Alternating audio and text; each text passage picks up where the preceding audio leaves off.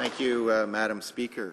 Madam Speaker, I rise today to speak in opposition to Bill C-11, the Copyright Modernization Act. This legislation seeks to bring long overdue changes that would bring Canada in line with advances in technology and current international standards. We know that copyright is a highly complex issue that features competing demands from stakeholders in the artistic, academic, business, technology, and consumer rights communities. However, I would argue that this bill does not do a good job of properly balancing these competing demands. Before delving into some of the reasons why I oppose C-11, I'd first like to briefly review some of the main points that this bill seeks to accomplish. First, Bill C-11 would create powerful new anti-circumvention rights for content owners through the use of digital locks.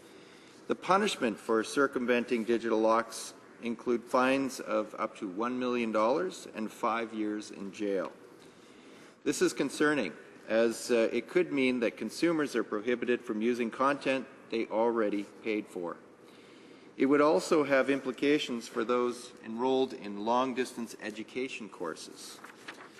While this bill would create limited exceptions to the fair dealing provision of the Copyright Modernization Act for people such as educators, I believe these exceptions do not adequately recognize creators' rights and in fact create new delays or ways for consumers to circumvent compensating creators for their use of their work. What this bill doesn't do is deal with the issue of extending a private copying levy, as has been the case in the past for cassettes, DVDs, and CDs. So why do New Democrats oppose this bill, Madam Speaker? Well, put simply, New Democrats believe that Canadian copyright laws can and should strike a proper balance between the right of creators to receive fair compensation for their work and the right of consumers to have reasonable access to content. As it stands, Bill C-11 means millions of dollars in lost revenues for artists. New Democrats will consider all possible amendments to the bill that would create a more fair royalty system for creators.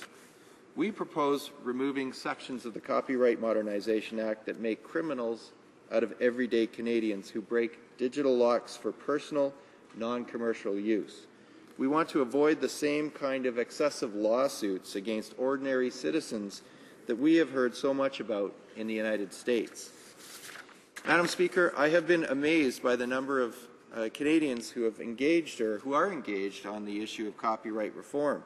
Thousands upon thousands of Canadians have written letters and emails about the Copyright Modernization Act, and I think this is a wonderful thing. My own office has received hundreds of letters and emails from constituents on C-11. The vast majority have serious reservations about this bill, calling it flawed to the core. I'd like to take a few moments to quote directly from some of the emails that I've received, which many members in this House have also received. Quote, "As a Canadian, I am both concerned and disheartened by how easily my rights are trumped by the overriding and encompassing protection for digital locks contained in this legislation. The anti-circumvention provisions included in Bill C-11 unduly equip corporate copyright owners and distributors in the music, movie, and video game industries with a powerful set of tools that can be utilized to exercise absolute control over Canadians' interaction with media and technology and may even undermine Canadians' constitutional rights." Unquote. I would also like to quote from an email I received from an author living in my riding in New Westminster, Coquitlam, and Port Moody.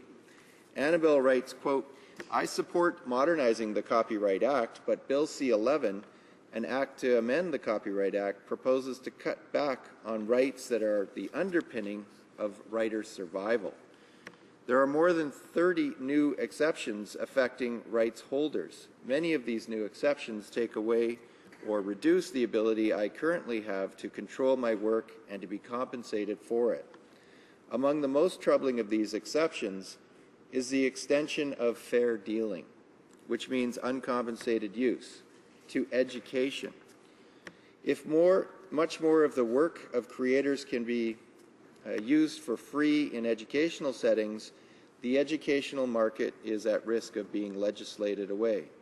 For Canadian writers and publishers, this will be devastating.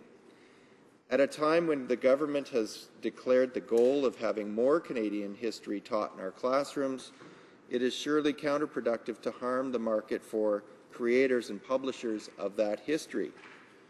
I'm not asking for anything new or anything more. I'm asking that my long-standing property rights not be severely limited in C-11, so that I can continue to make my cultural and economic contributions, end quote.